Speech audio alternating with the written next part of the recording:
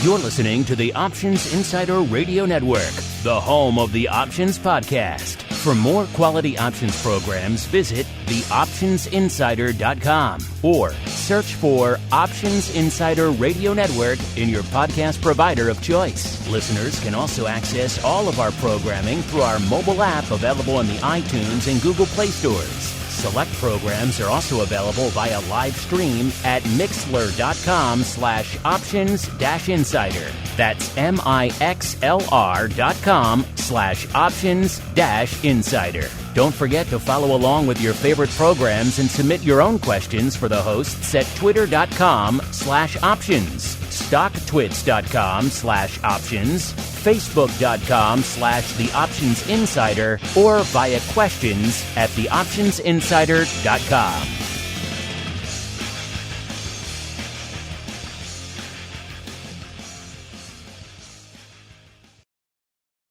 Gold, crude oil, corn, soybeans, and more.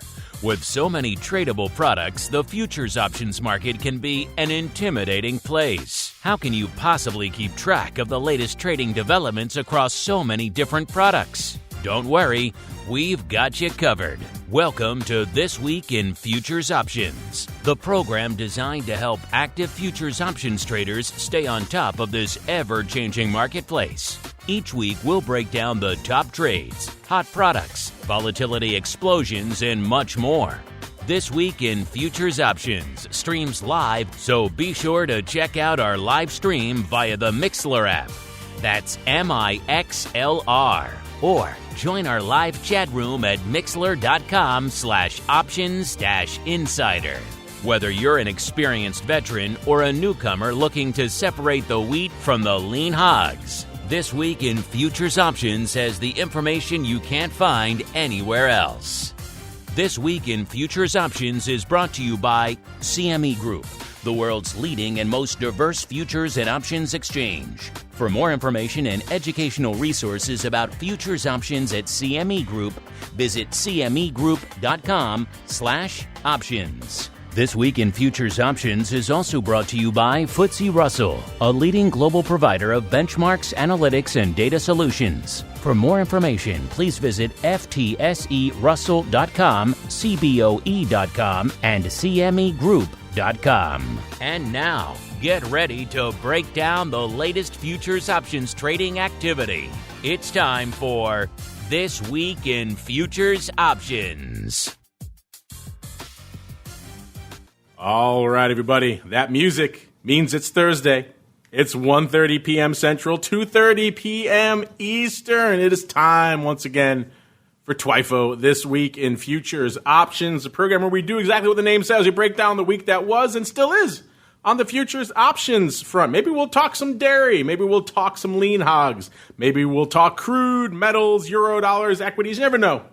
You got to tune into the show every week to see what's popping off. My name is Mark Longo from theoptionsinsider.com, as well as, of course, from this fine network upon which you're listening to this show right now. If you haven't done so already, make sure you head on out to your platform of choice and leave a review out there so other folks can continue. We've seen the influx. A lot of new people are out there searching for content out there right now. We want to direct them to some quality stuff. So if you like what you're hearing, leave that review out there. It doesn't matter where it is. Could be Apple, could be Google Podcasts, could be Spotify, wherever you like your stuff. Podbean, a lot of you guys hitting us up from Podbean these days, YouTube, wherever you get it. Make sure you leave those reviews so other folks can continue to discover this content. And of course, if you have a question or a comment of your own, hit us up. We do love to hear from you guys. Let's see who we're hearing from today. It's going to be a fun, stacked show here on TWIFO. First off, joining me once again, holding down the FTSE Russell hot seat, my old friend, my compatriot here, Mr. Sean Smith, the Managing Director of Derivatives Licensing over there at FTSE Russell. Mr. Smith, welcome back to TWIFO, sir. Good, Mark. Thanks for having me on the show. Sorry, I'm in a situation where my reception hopefully will stay, so I'm looking forward to a great show today. Have you traveled south yet, or are you heading south after the show? The travel south doesn't begin until late tomorrow. So you're good. You're good for another at least 24 hours of show, which all we need is one, and we're good. And also joining us, squeezing in together. They each have a cheek on one half of the hot seat. The old CME Group hot seat. We've got double duty here. My compatriots from the option block. First off, holding off one half of the CME Crude hot seat, our old friend, Mr. Uncle Mike TOSAW from St. Charles Wealth Management. Uncle Mike, welcome back to TWIFO, sir. It has been too long. Oh, always happy to be here. We haven't spoken in at least 30 minutes. At least 30 minutes, so there's a lot to parse. I'm enjoying doing. Hopefully, I know you're a big guy. You used to be an offensive lineman, so not a lot of room in that seat here. We're going to try to squeeze in also the Rock Lobster, Mr. Andrew GIOVINAZZI from OptionPit.com by way of Carmen Line Capital. Mr. G, just squeeze in. Try to get at least half of a cheek on that CME Group hot seat. Welcome to TWIFO to you as well, sir. I'm just trying to get over that this is supposed to be a G-rated show and how I'm going to squeeze one cheek on a seat with TOSAW sitting on the other side of the seat. How are we going to fit? Two biggest guys in the option block, and now we're in the TWIFO, and how are we going to fit on this show? Logistical problems aside, it should be I think we can avoid the explicit tag. Cheeks are not going to get us into any problems. But, there's a lot of stuff popping off, so let's get to it. I'm going to go in opposite order. Usually I ask Mr. Sean where we should start our journey, but since we went to him first, we'll go to Uncle Mike just for fun. Mix it up. Uncle Mike, sir, where should we begin our analysis journey this week? Should we look at the light side, a.k.a. the upside movers out there in the market this week, or should we look to the dark side, sir? Where should we begin? Well, I'm always the positive one, so let's look to the light side, of course. I should have known when I tossed it to you, I wouldn't get much of a different answer than I get from Sean every week. Both of you firmly committed to the light side of the force. By the way, the market's committed to that as well. You guys, of course, as always, can play along with the home game, not just listen in live, but generate your own reports, cmegroup.com/TWIFO. Also, TWIO this week, and options also works over there. So if you want to generate those reports, head on out. So you can do it while you're listening to the show. You can do it after the fact. That link is always live. So you can generate those reports all the time, 2 a.m. Maybe you got a kid, you got a feed at 2 a.m. You want to check out some lean hogs? We won't judge. Head on over there. cmegroup.com/TWIO is the way to go. Upside first. Let's see. It's pretty equity strong, as well as some hogs and well, not hogs, but cattle out here. Should be interesting. Number 5, the only equity index that can hold a candle in terms of movement to the E-mini Russell 2000 is, of course, the S&P Midcap 400, number 5 on our light side panel. Last week it was number 2 to the dark side. Last week, number 4, our number 1 spot to the dark side last week is now number 4 to the upside. It's the Russell 2000, up nearly 5% this week. By the way, S&P Midcap was up about 4.7%. So equities firmly back in the driver's seat yet again this week. Number 3, a name we don't get to talk about a lot, feeder cattle, up 5.37%. Numero dos here. Live cattle up 6.7%. And number 1 with the bullet 2 weeks in a row, lumber. Last week it was up 9.25% for number 1 spot on our light side. This week it's up another 8.13%. So pretty strong couple of weeks before you dive in. Say, hey, let's dive into some lumber. I wish we could. It's about 116 contracts on the tape for lumber. So unfortunately not a lot of options or skew or volatility story to parse, but an interesting contract nonetheless. We had some folks on the network here looking to maybe drive some more activity in the lumber contract out there. So maybe we'll see if that adds to some more options volume down the road. Now we got to go dark side. Like I mentioned, most of the market is firmly in the green this week. So if you look at our movers and shakers report, which you can generate for yourselves on that same link over there, listeners, you'll see not a lot of red to the dark side, but we found some. Number 5, rough rice, off almost 2.5%. Last week it was number 4, off about 1.5%. Number 4, our old friend Arbob, 2.65%. Number 3, oats. Oats has had an interesting couple of weeks out here. Last week it was number 5, off 1.25%. This week it's off 3.12%. Numero dos here, soybean meal, off 3.3%. And number 1 to the dark side, our old friend corn. Corn's been moving a little bit of late, off nearly 5%, about 4.9% out here. That's a lot to parse, but since we got Sean, we got the Rock Lobster, we got Uncle Mike, we got to kick things off in equities land, not the least of which that Russell 2000 continues to dominate our list to the upside and to the downside. Sean, we'll start with you before I get into some place setting here. A lot's been popping off out here. What's been lighting up your tape in Russell 2000 land since the last time we talked, sir? Hey, Mark, we've been just coming off of reconstitution, and, there's been lots of information that FTSE Russell has been sharing in regards to the breakdown of the reconstituted indexes. And if you look at the Russell 2000, you'll see that the heaviest weighted basket sector is financials, followed immediately by healthcare stocks. And if I recall, we've mentioned during the recon season that during recon only there were only six IPOs added to the Russell 2000 index for 2020, and all 6 of the stocks are healthcare.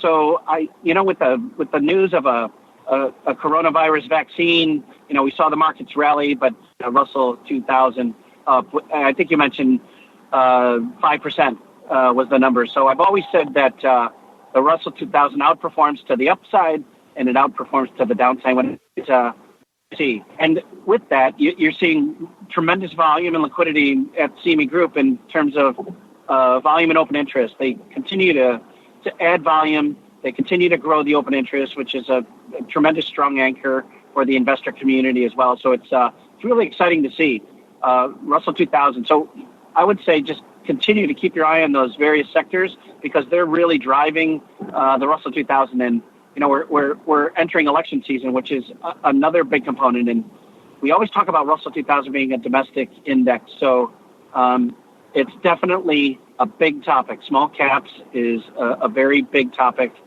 in terms of an investment vehicle and also a trading vehicle, as you can see. Let's talk about that trading vehicle here. You can check it out for yourselves. Go on out into the equities.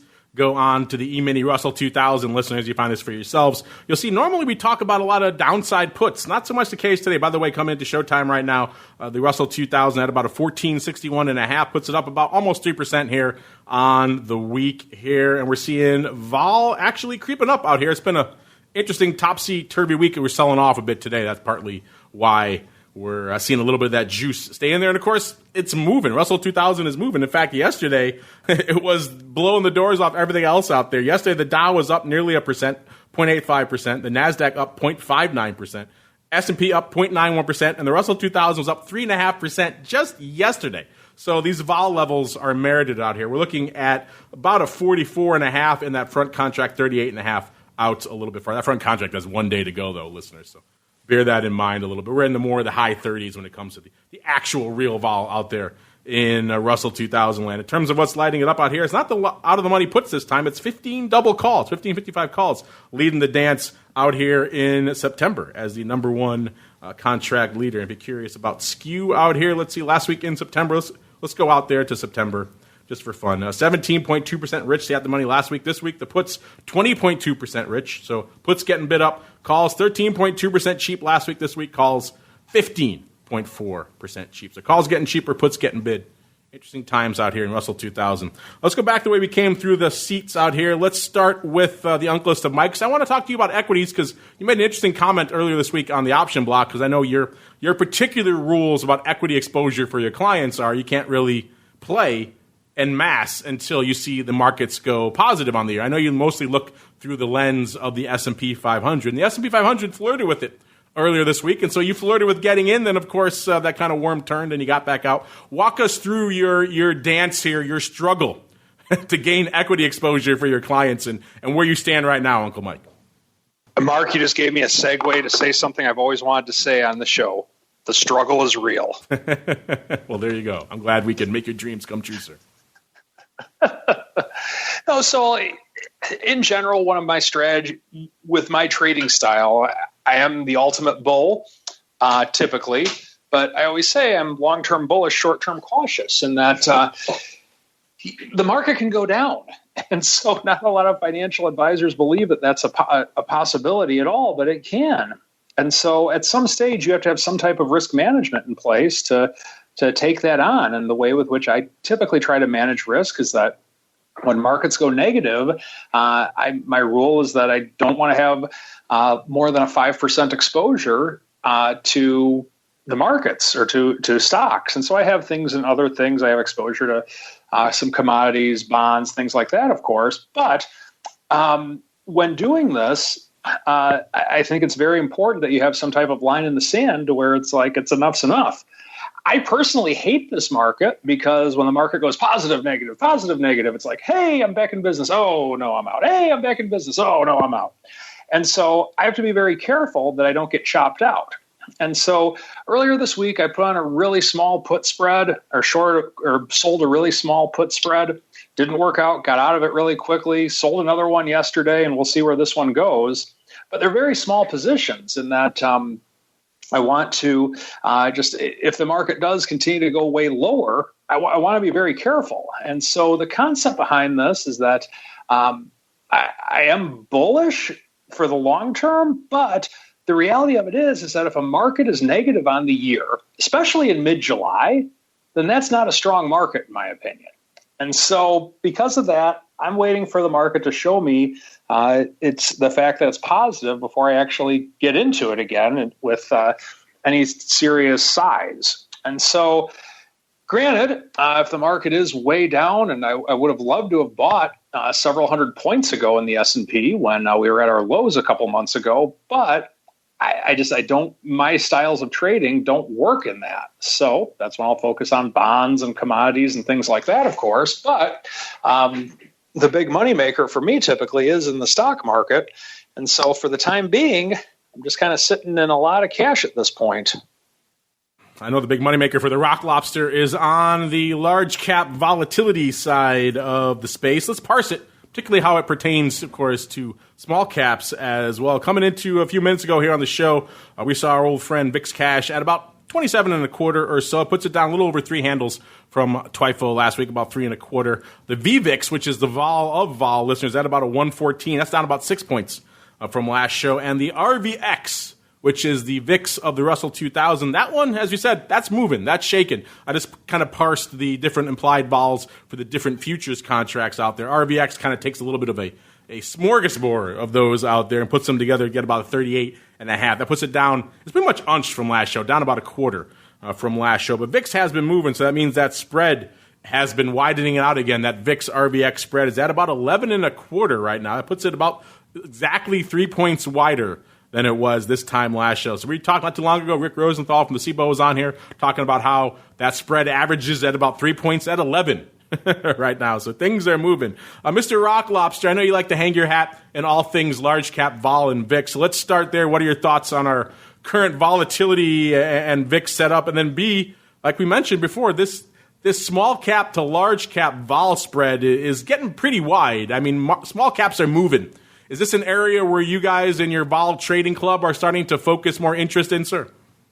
I haven't done any vol arb stuff yet on that. I've mostly been long short. Like I'm trying to buy some XLI today and buy some QQQ puts and see what happens. So I think there's certainly something there as far as vol arb spot, just with the discrepancy between the two, because it's, I think even the Qs, as much as they've been bid up, it doesn't feel like that vol is particularly high. It's like it's kind of hiding the, the massive rally that we've had. So it's certainly, QQQ vol is looking a little bit different than VIX vol, to be honest. So it's still pretty frothy.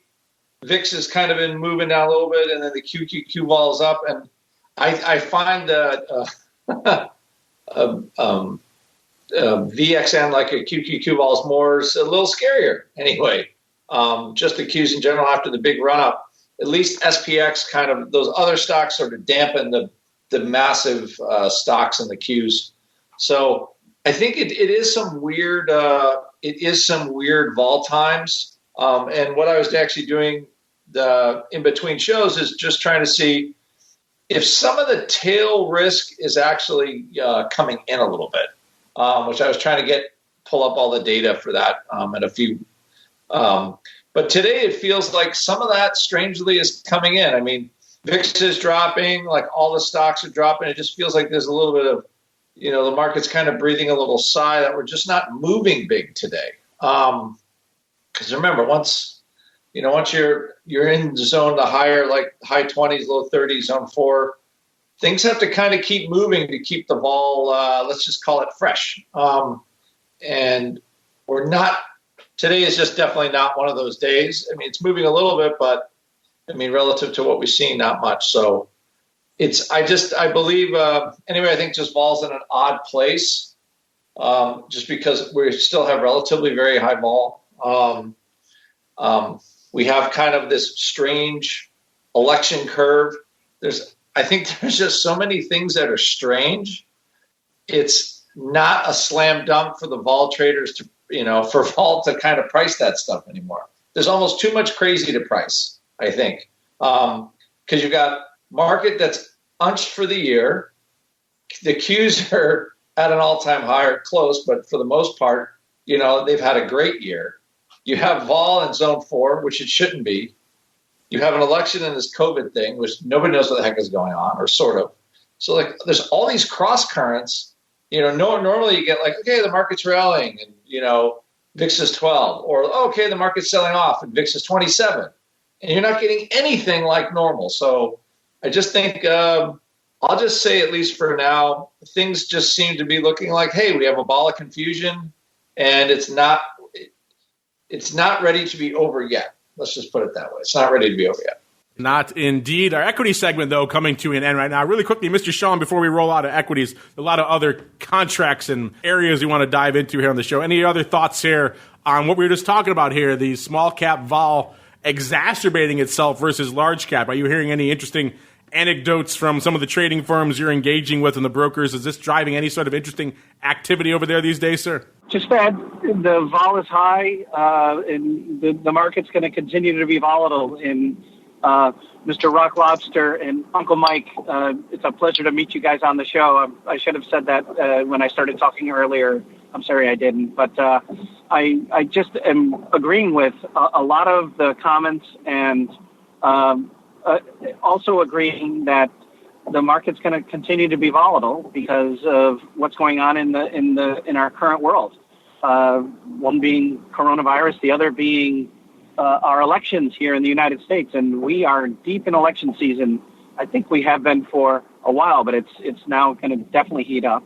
And you're talking about the Russell 2000 small cap stocks, which are historically more volatile anyway. So that spreads wide. It's not a surprise to me. In options world, I've always lived by the motto, buy puts when you can, not when you have to. I think I've said that a bunch of times. I heard that very early in my career. But I'm always a fan of harvesting vol. So there's tremendous opportunity trading these products at both SIBO and CME Group. And I'm just excited to see the volume and open interest being so strong. So Russell 2000 is going to continue to move for us, and it's going to continue to be moving and continue to be tradable. So I'm excited about the opportunities to trade it. Yeah, it's moving so much. I mean, even if you weren't here in the FTSE Russell hot seat every week, Sean, we'd be talking Russell 2000 every week. It's inescapable. It's just moving that much. I haven't really seen a product like it almost ever in terms of just dominating our movers and shakers in one direction pretty much every single week. There's only a handful of other names I can think of that have made return appearances. I hit a few of them here. But it's only a few weeks usually at a time, maybe a month. It's not week in, week out for months on end the way the Russell 2000 is. But we have to keep on rolling. Uncle Mike is here. That means werewolves run and hide, because you know what we're going to talk about. In fact, I'm going to cheat here. We got a listener question. This comes from Curly Q. I'm going to bump you up from the Futures Options feedback segment. Curly Q wants to know, how has your silver collar worked out? Well, I think you misperceived it a little bit there, Curly Q. It's not my silver collar. I just mock it all the time. It's Uncle Mike's silver collar. And as you recall, listeners, he infamously put on a 2-year silver collar about a year and a half ago or so now. And he thought it would be a source for much great analysis and trading activity in the world of silver. And I'll let him describe it, how it's turned out. But Mr. Uncle Mike, Curly Q wants to know, how has your silver collar worked out, sir? Okay, the silver collar. So I've had 2 of them going on, and one of them I actually just finished after a nearly 4-year run.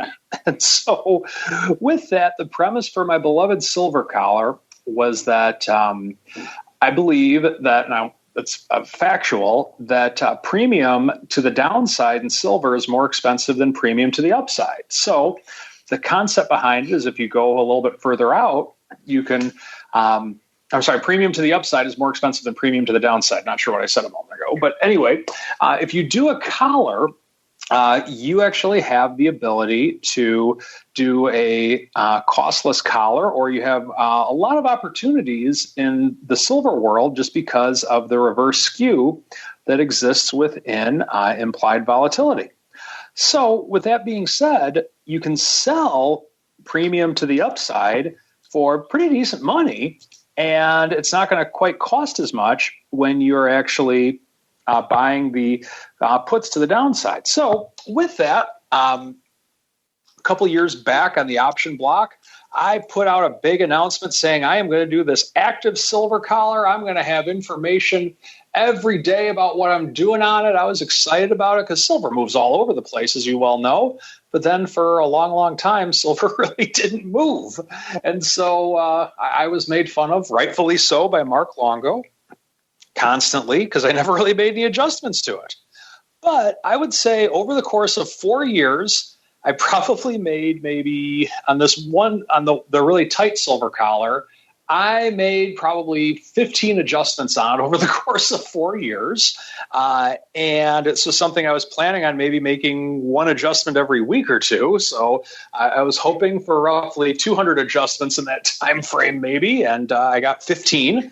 Not that I was hoping for that, but I just wanted to see where it goes. And so it worked out, though, in that I got into silver when it was roughly, I think in like the mid 18s, and I was doing this on SLV, not on the silver contract for on the futures, but the concept still works the same either way. And so silver had actually dropped to the low 16s, the low mid 16s. I mean, for a while it was even in the 10s back in March, but I got out when it was in the mid 16s. And I actually made about a 4 or 5% profit on it over 4 years when it went down nearly 20%. And so by doing that, what I was doing is essentially whenever it would go down, I would take profits from the puts and just continually doing things like that, adjusting, going in, going out. And it worked out pretty well considering it didn't work out like I wanted it to. Now with a bigger silver collar, what I've done is I've just kind of using the leaps on that to where I have a lot less downside risk and a lot more upside potential for the same reasons that I described earlier. But for the active silver collar that turned out to really not be that active, it worked out pretty well, but it was not a ginormous moneymaker by any means. But it was kind of an alternative to fixed income, which is what I was looking for when doing it. And who knows, maybe in 2021, I'll be able to come up with something else to ooh and ah the listeners with exciting world of collaring silver. Yeah, I refuse to believe that was 4 years ago. I said at the top of the show, I thought it was like a year and a half ago. That was 4 years ago. Is that true? I was just looking at it the other day. It was in September of 2016 when I first started this one. God, time flies, except for this year, which is slow as a snail's crawl. But outside, it's 4 years ago. Your 2 year collar was 4 years ago. Wow, you're blowing my mind here, sir. I couldn't believe it myself, honestly, when I saw it. Terrifying. Let's see if the silver options activity holds up out here. I mean, it's not blowing the doors off. It's not a gold, listeners, but it does do fairly decent paper. And as Uncle Mike pointed out, it has been moving. Some stuff has been happening out here of late. All the metals have been doing interesting things out here. Coming into showtime, we're seeing silver at about a 19.5, almost 1960 out there. That's up about 2.6% on the week out here. Vol-wise, we're seeing vol kind of a mixed bag here. On the front couple of the futures that have about a week to go, those are slightly up from a vol perspective. You get out to a couple of weeks and the vol's off a little bit. So kind of a bit of a mixed bag. So the front end of the term structure there, kind of wonky, getting kind of juicy and maybe backward a little bit from a vol perspective. And then going farther out, vol actually coming in. So the metals vol has kind of been a weird bag. We talked about gold quite a few times here in the show and what a weird beast that is from a vol perspective. Silver seemingly also interesting out here. The hot contract out here this week was out here in, let's scroll down. Here we are, August. 31.2% of the paper going up in August out here this week. By the way, that's a total of about 14,200 contracts so far this week. So decent. It's no lean hogs or anything, but it's not also near Eurodollars either. It's a little bit of of a different kind of beast out here. The big print out here was the 20 calls, which makes sense. We're closing in on that 20 strike. I said we're at about a 19.5, almost 1960 out here. So the 20 strike is not that far from consideration out here. They did about 500 contracts total this week. The big day was Wednesday, 324 out here. Let's go to, I said the vol is off in this AUG contract, which has about 12 days to go. So it's a little bit closer than I usually like to parse skew, listeners, but we'll make an exception here. In terms of the skew, let's see, 2.3% cheap. 2.3% cheap to the puts last week. This week, 4% cheap. And the calls were 6.1% rich to the at-the-money last week. This week, 4.7%. So that is the basic framework of what you like to see for setting up a collar. Cheap puts, expensive calls, that's kind of nice. Maybe not quite to the level you want to see on both of those to say, hey, this is a great time for silver collars, but that is the basic framework you like to see. A bid to the calls, a discount to the puts makes it cheaper to buy the puts, more expensive to sell the calls. Makes it a nice tight collar you can put on out there. Not quite as tight as it was out here. The calls have come in a little bit, and the puts are cheaper, so maybe that makes up for it out here. Let's look really quickly a little bit farther out to see if any other interesting paper is lurking here in silver. If you're saying, 25 or 20, I should say, is not bullish enough for my taste in silver, well, then D's 2021 has got you covered. The 30 calls were also pretty active. Nearly 500 of those going up this week as well. All of that on Tuesday, 432 on Tuesday, 8 on Wednesday. So about 440 total on the week. 30 calls going up. Also 400 of the 40 calls going up on Tuesday as well, which makes me wonder perhaps a bit of a vertical. 30-40 vertical out here. Either way, looks like both of those are pretty much opening. The 40s definitely. For some reason, I'm getting weird data on the OI for the 30 strike, but the 40s were definitely opening. So it looks like a funky vertical out here. Maybe rolling the why you'd roll from the 30s right now. I'm not sure. But interesting stuff afoot out here. So Uncle Mike, not the only one, perhaps, with a little bit of a longer-term bullish look here on silver. A few others coming to play out here this week as well. Speaking of coming to play, let's move on to, let's get to crude, I think, just because it's an interesting one. Mr. Rock Lobster, you guys like to focus on volatility, obviously, and equity volatility is normally where you hang your hat. But we've had our once and future Dr. Vix, Mr. Rhodes, here on the show many times, just a couple of weeks ago even, and he and I were chatting about how crude has become much more of a volatility-oriented product than it has in the past. Would you concur with that statement, A? And then B, is this a product that's been getting the attention of the crazies in your vol trading club even more these days, sir, as crude has certainly been moving of late? Well, it's definitely doing that as far as, oil seems to be stuck in the 40s, but I think where a lot of vol is in the individual names. So there is some volatility around there is some vol around crude, but it's kind of been like, oh, okay, it's not going to be a disaster. I mean, it was crazy 3 months ago. You remember when Saudi Arabia was like, we're just going to just destroy the oil market? I don't think they really were ready for what happened, to be honest. That would be like, I think the Prince would actually like to take that one back, maybe. He'd be like, yeah, I want to take that crushing oil prices back. But I think there's been a lot of volatile movement in all the energy names. I mean, because that's what we follow. Oil definitely was something, but I think now, the vol and energy names are starting to, I think, maybe get people's attention, so to speak, just because, well, if demand gets back to normal, where does all that stuff go? Let's say in 6 months or a year. So that's where I have been looking at trades that I have thought were interesting because I figure eventually we'll be past this to some degree. And then, where are these oil names? Are they up 20, 30, or 40% from where they are now? And that's what I'm betting. So let's hope it works. But that's at least the vol I'm following for oil right now. Yeah, dubious time for the Saudis to go public out here. That they exacerbated this price war in crude, and it hasn't exactly been boom time out there. But interesting times in all things energy. You guys can, of course, parse this for yourself. Head on over to that URL we just talked about. Select energy from the drop down, then head on into WTI. You'll see that coming into showtime, we're seeing WTI north of the 40 handle again.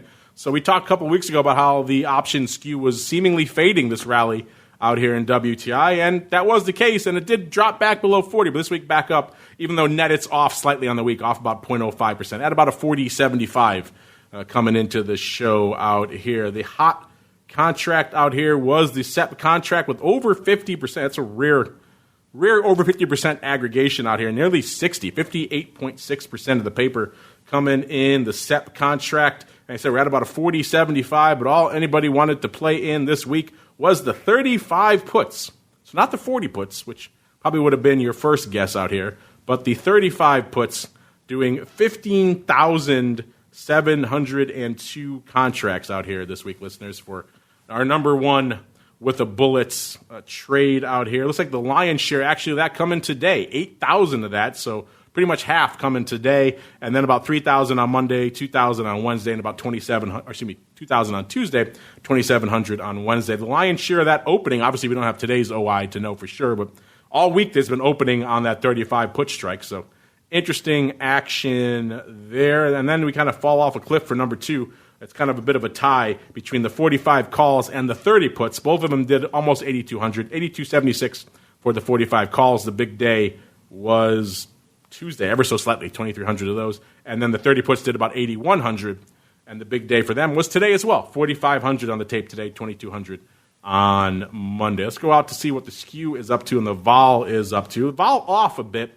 You know, vol's been coming in for a while here on crude. It's at about a 1660 right now in this SEP contract, off about half a point this week. So we talk about other contracts out here. You know, Bitcoin's at about a 50-odd or 60. Some of these individual name equities are high. Small cap vol pushing a 40, right? And then here we have a WTI at about a 16.6 out here right now. So it got much higher, obviously, in all the madness of the sell-off and the negative rates, or I should say negative crude kerfuffle out there, but a lot of that vol has come back in. Of course, nice to have our old friend OIB listed again. I know a lot of you have asked about that. Unfortunately, no movement on that front, at least as far as we can see coming into showtime here. Let's look at the skew a little bit. Last week, you know, we've been seeing for a while people have been fading these rallies in WTI. Let's see if that is the case again this week. The puts last week in this SEP contract were over half the paper went up this week. They were 9.4% rich to the at-the-money last week, so folks were definitely liking themselves some puts. This week, they like them even more. They're 14.1% rich to the at-the-money. So that's a firm bid to those puts. Makes me think maybe some of those 35 puts, just maybe, a few people might have been buying those, just maybe. And then the calls, they were 5.5% cheap to the at-the-money last week. This week, they're 8.4% cheap. So calls coming in, puts getting bid. I hate to break it to you there, Bulls, but it doesn't seem like people are overly enthusiastic about a continued run of upside here this week as well. People have been waiting. You know, what's the sign? We have rallied quite a bit, so people might have thought there'd be more aggressive sign out there in the skew, but we're not seeing it. We're not seeing this protracted love. Once you get north of the 40 handle, things seem to get a little bit dubious out here, and we're seeing that again here this week. So unfortunately, listeners, no sign here that the bull is returning anytime soon here in WTI options, unless you go all the way out to DEES of 2021. Then someone picked up 1,000 lot of the 75 calls. So that could be, or I should say, 2 500 lots on Wednesday and then on today again. So someone picking up, trading at least 1,000 of these bad boys. Maybe they're inclined to see a little bit of upside up here. Either way, 75 calls out in DEES 2021 where the action is. So if you like a bullish case, someone's got one for you out there in DEES of next year. Let's keep rolling really quickly. Ags have been lighting it up as well. I want to do a quick touch on the Ags complex. Our friends over there in CME land putting out some interesting nuggets for the month. Remember, June was the most active overall month for the equity options market that we've ever seen. It was also pretty active for Ags. A few nuggets from the Ag complex here, including our old friend dairy, Class 3 milk. Options hitting multiple volume records throughout June, with the largest occurring on June 26th, 16,341 contracts changing hands. They said they've pretty much seen unprecedented volatility and price action in the entire dairy complex. We've noted that here on the show as well. Unfortunately, it hasn't been a huge option story, but as they mentioned with Class 3 milk, that's starting to change. Also, new products coming online, like everyone's favorite block cheese. Block cheese options launched back in January have already built up an OI of around 4,000 contracts. So maybe someday soon someone's going to write into us and say, hey, What's going on with the skew and block cheese? I'm just waiting for that day here on the show. Getting to more traditional ags, soybeans, soybean meal, implied vol out there, both at historic lows, going all the way back on this data to 2007. So pretty anemic vol in both of those. Weirdly enough, this is the second time that they've seen the vol of soybean oil outpacing the vol of soybeans themselves and soybean meal. So those, we talked about small cap versus large cap vol earlier. Sounds like interesting spread developing between soybean oil vol and soybean meal. And all of you out there who have the hashtag hog love out here, lean hog vol is at a historic high. That's, of course, there's an African swine flu as well as concerns over COVID. So lean hogs, the hashtag hog love has not been lighting it up, but the vol certainly has been of late. So there's a few nuggets out there from the ag complex. Let's see, corn was lighting it up, but we did just talk about soybeans as well. Soybean meal is number 2 on our list. Unfortunately, that's not a huge option story. So let's go back out to corn. I know we have a lot of corn lovers out there in the audience. It does a lot of paper. It's a pretty active contract. Coming into showtime right now, corn has over 300,000 contracts on the tape. Let's just hit the select all. There we go. 378,000 contracts on the tape this week. So a pretty active week, all things considered. Not a record-setting by any means, but a decent week out here for corn. Corn was number 1 to the dark side, off nearly 5%. And as of this week, progresses just from Monday till now, it's off about 2%. It's at about 330.5 as of a few minutes ago out here. The most active contract was out here in SEP again, with about exactly a third, 33% of the paper going up out here in September. The vol in this contract, this is weird. The rest of the months, the vol's in precipitously. In the contract right before it, we're seeing the vol off quite a bit. So the July contract here, we're seeing the contract has vols off 8 points to about a 20. But in this SEP vol, where the paper is actually trading, the vol is at a 43.48. So I'm not sure if I'm getting a weird data point or if the vol in that 1 month is indeed up that much, 17 handles. That is where a lot of the paper is going up, 33%. The rest of the months haven't had a ton of paper out there, but that's a huge discrepancy from an overall vol perspective. I'll have to dig into that after the show, make sure that isn't an aberrant print on the vol side. Coming into skew land here, we're seeing the puts last week in this SEP contract were 18.8% cheap, so extremely cheap. People were crushing the puts. This week, they've gotten a lot of juice back. They're down to about 6.8% cheap, so they've come in over 10 points. The calls out here in SEP were 12.7% cheap to the at-the-money last week. This week, 5.3% rich, so a huge swing to the call skew. Again, I got to dig into these a little bit more, make sure this data isn't going crazy out here, but it seems like that's where the action was. Maybe part of that is because 350 calls were the number 1 print out here by a country mile, doing, almost 14,000, 13,997. The big day is actually today, 45.75, and then Tuesday with 44.47, 3,700 on Monday, 1,200 on Wednesday. Slightly opening, which is kind of interesting, but again, we don't have today's OI numbers. I'm going to go out on a limb and guess that's probably opening buying paper. To make these calls swing as much as they did, certainly some folks are loving themselves some calls. 320 puts also active with 13,800. The lion's share coming on Tuesday, 6,400 on Tuesday. The rest kind of scattered throughout the week. Not much today, only 725 on the tape today. And also some love for the 360 calls, doing about 12,500. The big day on those was on Monday, 6,200. That was mostly opening. And then 2,500 yesterday, 2,344 today. So given what we're seeing in the call wing out here, I'm going to go out on a limb and say a lot of call buying here to the upside, which is interesting because corn is off this week, and it's leading our dark side. Maybe some folks thinking this is overdone. Either way, interesting upside afoot here in all things corn. Hope that appeases you ag heads out here. But I know, speaking of appeasing you guys always have crazy questions. Let's get to it. A little bit of your futures options feedback. It's time for your questions, comments, and insights. It's time for Futures Options Feedback. Submit your questions at twitter.com/options, facebook.com/The Options Insider, stocktwits.com/Options Insider, or via questions at theoptionsinsider.com. You can also submit your feedback via our Options Insider Radio Network mobile app, available for iOS, Android, and Kindle Fire devices. You can even ask your questions live every Friday at 3 p.m. Central via our Mixlr chat room. So grab the Mixlr app or just search for Options Insider at Mixlr.com. That's MIXLR.com.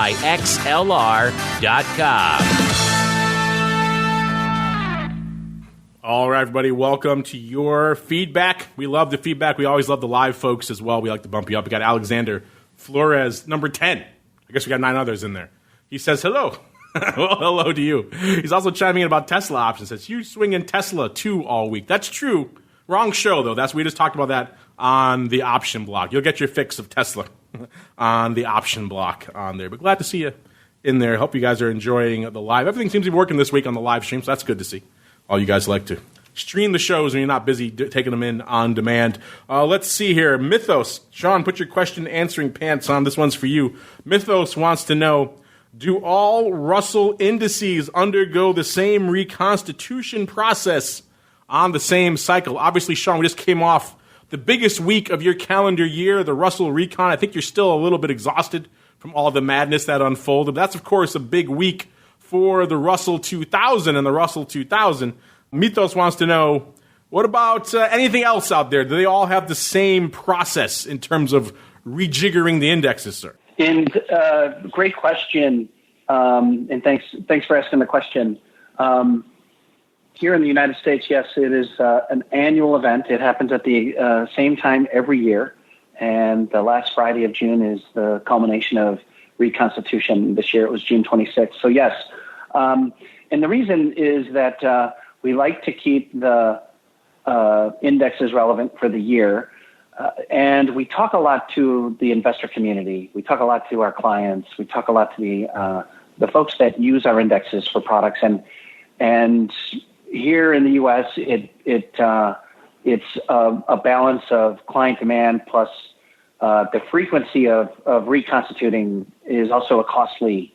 There's a cost factor to having to rebalance. So we take a lot of things into consideration. And here in the United States, the strong determination is that we continue on an annual event. So I hope that helps. We're FTSE Russell, so we're a global company. We have different methodologies and we have different schedules around the world. So you can visit our website, FTSERussell.com, and you can actually see reconstitution on some of our global indexes that happen on different schedules and sometimes more than once a year. So, and again, that's based on the same kind of factors I just discussed: the client demand, the cost factor, and other reasons. So again, I'm happy to take that further with you and your question. So thanks for the question. Great question there, Mythos. I like the name. All right, next up, Sills. That's an interesting question. I'd be curious to get all the panelists' thoughts on this. Sills wants to know, have you seen an improvement from major brokers in their offerings of futures options? When I'm saying major brokers, I'm assuming you mean the large, primarily retail-oriented equity brokers like your TD Ameritrades and your Schwab, which are now the same beast.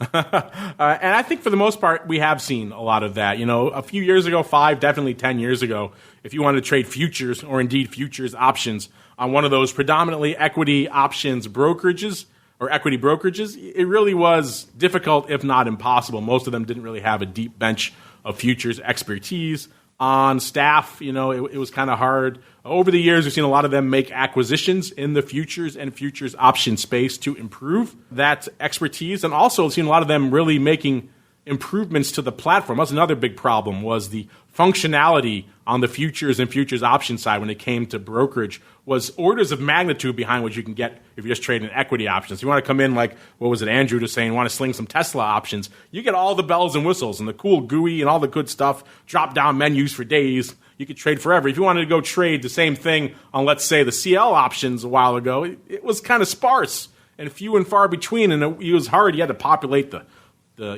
spread tickets yourselves. If you want to do something like an Iron Condor, it wasn't very user or trader friendly. I'm pleased to say a lot of that has been improved over the past 5, certainly the last 10 years out there. We're seeing brokers really trying to emphasize that because they're seeing a lot of flow and they're looking for places, especially back in 2017 when vol was anemic in the equities. A lot of brokers were looking to expand beyond the equities. They were getting into energy. They were getting into ags. They were getting into all these things. They were trying to get darts and they couldn't get them in the equities.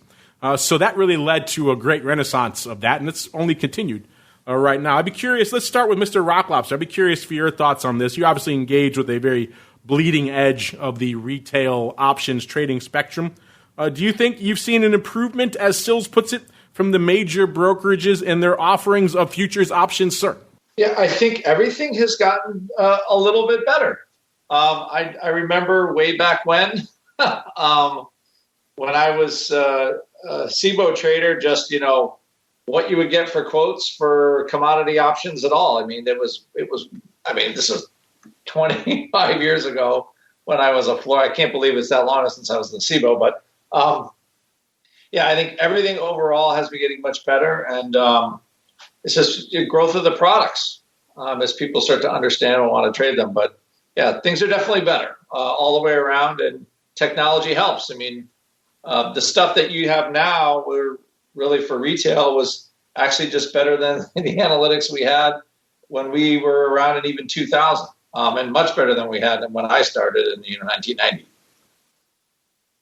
Mr. Uncle Mike, same question for you, sir. I know you play a lot. In your energy exposure, you like to go a little XLE. I know you like to play a little SLV sometimes with silver, but in general, you have a lot of clients who like to play, I'm sure, in commodities as well. And as you're touring the different platforms out there, would you say in general you've seen an improvement on this front as well, sir? I would, for sure. In that, so a little bit about my history. Roughly 15 years ago, I was working for an online brokerage called Options Express. I was the director of education there. And I remember Options Express initially rolled out just a few futures contracts. I believe it was the S&P Mini, crude oil, and just a couple of small handfuls of them. And so we were getting a lot of demand for futures options at the time. That was before Thinkorswim took over the option world, before they took Options Express out of the realm, so to speak. But we were the center of the retail option trading universe at that stage in time, and there was a lot of demand for options on futures. And so because of that, Options Express, we didn't have the people that did that. So they bought Express Trade. And I remember that, and it was a good move. It went fairly seamlessly, and so with that, because Express Trade did futures, they did coffee, cocoa, sugar. I mean, every type of future and futures option contract you can imagine, they did. And so Options Express slowly integrated them into what they did. And so I think it was a really good move for them, because initially, when you were looking to get quotes and things like that, the platforms really weren't all that good. And so what ultimately needed to happen is, because futures options are regulated by the NFA, and so that is a totally different regulatory body than securities options, which are regulated by the SEC or FINRA or whatever the case may be, but it's definitely a different set of regulatory agencies. And so with that, it was difficult to commingle the accounts. And so 15 years ago, what Options Express and a lot of other companies like that did was they found a way to have two separate accounts, but it was really one account. So everything would be in let's say you had all your money in cash, it would all be in a securities account. So that way you could have SIPC insurance, that type of thing. But the second that you traded a futures option or a futures contract for that matter, it would go to a different account, but to the user, it would still be the same login. It would still be the same account. And so it was very unique and very groundbreaking what actually happened all those years ago. But that's how it worked and how things came into being, with being able to combine futures options, futures and securities options all within one account. Now, with that, there's still a divide, so to speak, in existence, just because of the fact that they're traded different. There's different exchanges. There's different rules for every product. But I would say that for the most part, a lot of the bigger name brokers, the TD Ameritrades, the Schwabs, and those types of people or those types of brokers have done a pretty good job of integrating everything. And don't get me wrong, you still have the futures only type of brokers or the futures and futures options only type of brokers that exist that do very well. And but overall, in the derivative space, in the time that I've been in the business, it's changed a lot over the course of the last 15 years. And frankly, I think it's for the better. Yeah, that's a great point about the accounts. That seems like a simple thing, but that is huge. And there's a lot of work that goes on behind the scenes to make that happen. So when you log in and you want to trade maybe a little bit of S&P, then maybe you want to trade a little bit of crude oil, whatever the case may be. It's all seamless. It looks like you're trading the same thing like Uncle Mike said, but in reality, you're going effectively to two very different accounts. So brokers have done a great job of making that seamless. You don't have to go to a separate portal like you used to or access a different account. There was a lot of laborious things you used to have to do if you really wanted to trade futures and futures options actively out there. And a lot of those hurdles, thankfully, have gone the way of the dodo. Let's see what we got here. Freedom. I like the handle. Freedom made a good comment. He says, congrats on getting that sweet handle, man. Well, thank you. I assume you're referring to our @options handle over there on Twitter. We've had it for a while. If you got in early enough, Mr. Freedom, then you could have gotten cool handles too. In fact, we just got a notification from Twitter. I think it was this week, a couple days ago. We had our 13-year anniversary of when we signed up for Twitter. So that's crazy. Back then, quite frankly, I was just being lazy. I didn't want to type options insider every time. So I just said, I'll just grab options and we'll see if this Twitter thing takes off. Maybe we'll do. If I had thought about it, I would have grabbed everything. I would have grabbed CME, SIBO, Schwab, you name it. I would have been the world's worst Twitter troll or Twitter, squatter out there. But thankfully, we got a good handle. We have that handle now on other platforms. We had Options Insider for a while on StockTwits, but we got some pull over there, and they said, you really should match with your cool Twitter handle. So now we have @options on StockTwits as well. So we pretty much are @options on most of the major media or social media platforms you guys like to hang out on. But thank you for that. It was hard work all those 13 years ago signing up for that account. All right, let's see. We got some other questions, but we're kind of coming up against it, so we'll save these for next episode. There we go. That music, unfortunately, listeners, means we come up against it. What a fun show we had today. We got a deep dive into equity volatility, small cap versus large cap, and all the various nuances in between. Got a little bit of a look at silver and all the fun going on. 4 years. Who would have freaking thunk it for that collar? I thought a 2-year collar implies somewhere within the last 2 years, but nay, it has been 4. Just completely stunning to me. Got some ags out there. Got a little bit of talk about some dairy you guys love, as well as, of course, all things corn. Got your questions about all sorts of fun. So keep those questions coming. We do love to hear from you guys. This show could literally be 6 hours with your questions and the various products you want us to hit on. We kind of gotta pick our poison out here when we're talking about what products we're going to analyze in the show every week. There's a lot to parse. If you guys have a specific product you'd like us to talk about, you know where to find us. He just mentioned it. @options on most of the major social media platforms is where you go, or our website, theoptionsinsider.com. And hit us up. Let us know what you'd like us to talk about. But before we go, let's go back around the horn since you guys squeezed so nicely into that CME Group hot seat this week. Well, we'll kick it off with you guys. Mr. Uncle Mike, if I want to call you up and talk silver collars or maybe energy or how to improve my futures options account, where I should go, where should I go? What should I do, sir? Well, first off, I want to give a shout out to our friends from the Russell. Always happy to work with you too. Nice meeting you on air. But if you would like to work with an options-based financial advisor, not that options are for everybody, but a lot of us on this show think they are, someone who actually looks for opportunities in the option world and is also a financial advisor, go to stcharleswealth.com. We'd be more than happy to have a conversation with anybody. I think it's time we start pushing back on that narrative. I think options are for everybody. What do you think? That should be the new tagline. What do you think? Everyone can buy a put. If you can buy a stock, you can buy a call. So a lot of fun things we could talk about. I know everyone has that narrative. Options are not for everybody. You know what? They are. They pretty much are for everybody. Low risk, high risk, in the between. Crazy like the rock lobster. There's an option out there for you. Pun intended. Speaking of the rock lobster, since I unfairly maligned him, Mr. Rock Lobster, if folks are intrigued, they want to hit you up about small cap vol, about energy vol, about the metals, about some of the other variances in between. Maybe they want to hit you up about corn vol. Where should they go? What should they do, sir? They go to optionpit.com, go to memberships, see all our goodies. You can get education, you can get theoretical sheets, you can get trade ideas. So we kind of do a soup to nuts service right now. And, you know, things are great. Mark's been all over the place like a madman. So anyway, you want to learn about options, learn how to trade hedge portfolios, maybe understand what the heck TOSAW is talking about sometimes on these shows. We'll be happy to explain it for you if you don't actually want to ask him. There you go. OptionPit.com is the place to go. And of course, if you want to learn more about what's going on with the post-recon world, how these indexes work, like I forgot the listener's name who asked that question, or a lot more, Mr. Smith, where should they go to learn more about all things FTSE Russell, sir? Again, thanks for having me on the show, and to your guests today. It's great to be on the show with you, and very nice to meet you as well. As I say almost every show, smith@FTSERussell.com is my personal email address at work.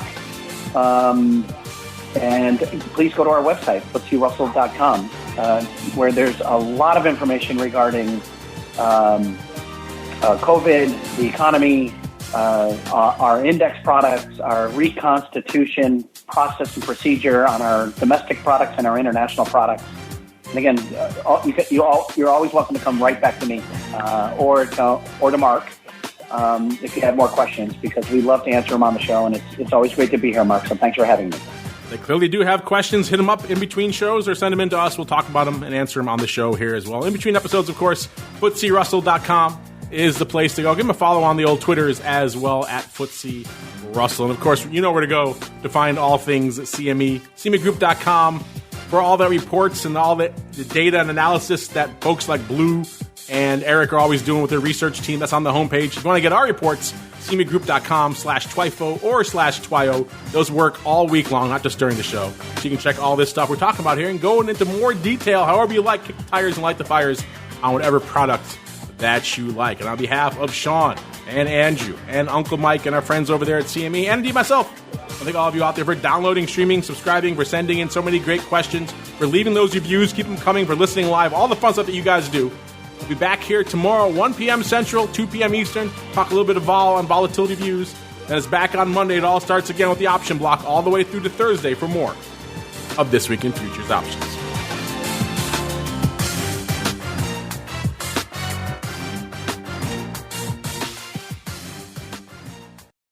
This Week in Futures Options is brought to you by CME Group, the world's leading and most diverse futures and options exchange. CME Group's markets help individuals and businesses around the world manage risks and seize opportunities. CME Group offers the deepest and most liquid options on futures across all asset classes, including interest rates, equity indexes, foreign exchange, energy, agriculture, and metals. For more information and educational resources about futures options at CME Group, visit cmegroup.com/options. This Week in Futures Options is also brought to you by FTSE Russell, a leading global provider of benchmarks, analytics, and data solutions. Investors in the U.S. and around the world are using FTSE Russell indexes to benchmark their investment performance and create investment funds, ETFs, structured products, and index-based derivatives. Many Options Insider Radio Network listeners will be familiar with the Russell 2000 Index. Russell 2000 futures and options are currently trading on the Chicago Board Options Exchange and CME Group. For more information, please visit FTSERussell.com, CBOE.com, and CMEGroup.com. This broadcast is intended for informational and educational purposes only and does not constitute trading advice or the solicitation of purchases or sale of any futures or options. The rulebook of the applicable exchange should be consulted as the authoritative source on all current contract specifications.